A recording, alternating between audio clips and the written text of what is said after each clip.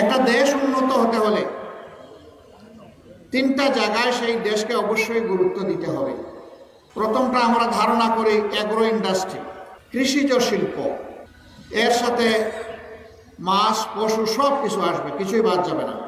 শুধু ধান বলতে কৃষি বোঝায় না, যা জীবন্ত, সেটা প্রাণী হোক উদ্ভিদ হোক, সবগুলা কৃষির অন্তর্গত। এই ফিল্ডটা বিশাল। আমাদের দেশে পরোক্ষ প্রত্যক্ষভাবে ৭৮% মানুষ কৃষির সাথে সম্পর্কিত।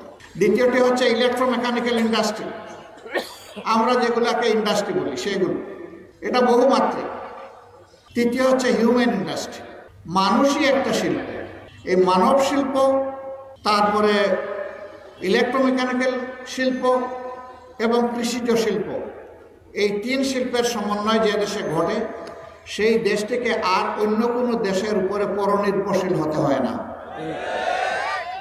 পেট আমাদের বন্ধক দিয়েছে অন্য দেশে, এমনকি মাথা আমাদের সেইটাও বন্ধক দিয়েছে কিনা আল্লাহ ভালো জানে।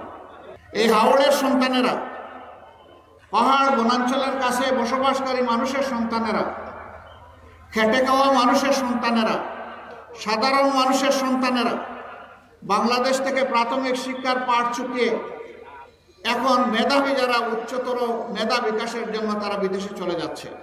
সেই মেধাগুলা বিকশিত হওয়ার পরে দেশে আর তারা ফিরে আসছে না, সেই দেশগুলোতে থেকে যাচ্ছে।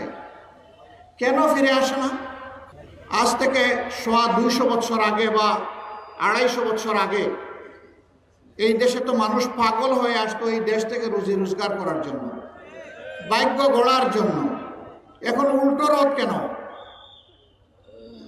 এই দিক থেকে ওদিকে কেন?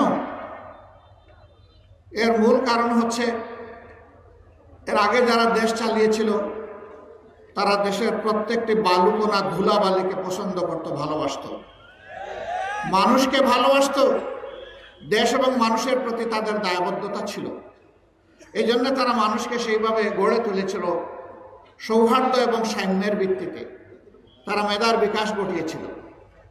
এই জন্য দেশ হয়েছিল একটা সোনার থালা।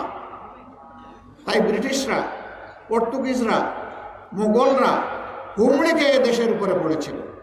সেই দেশ এখন কি গড়া সম্ভব নয়? অবশ্যই সম্ভব। একটা জায়গা ঠিক হলে সব ঠিক হয়ে যাবে।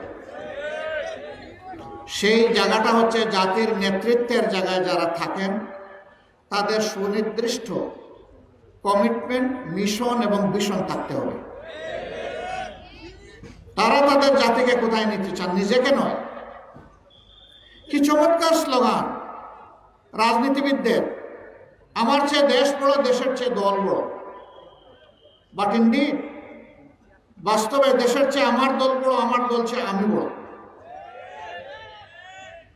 রাজনীতিতে আমরা এই ধোঁকাবাজি এবং মিথ্যাচার দেখতে দেখতে এই দেশের জনগণ এখন ক্লান্ত, এখন বিরক্ত।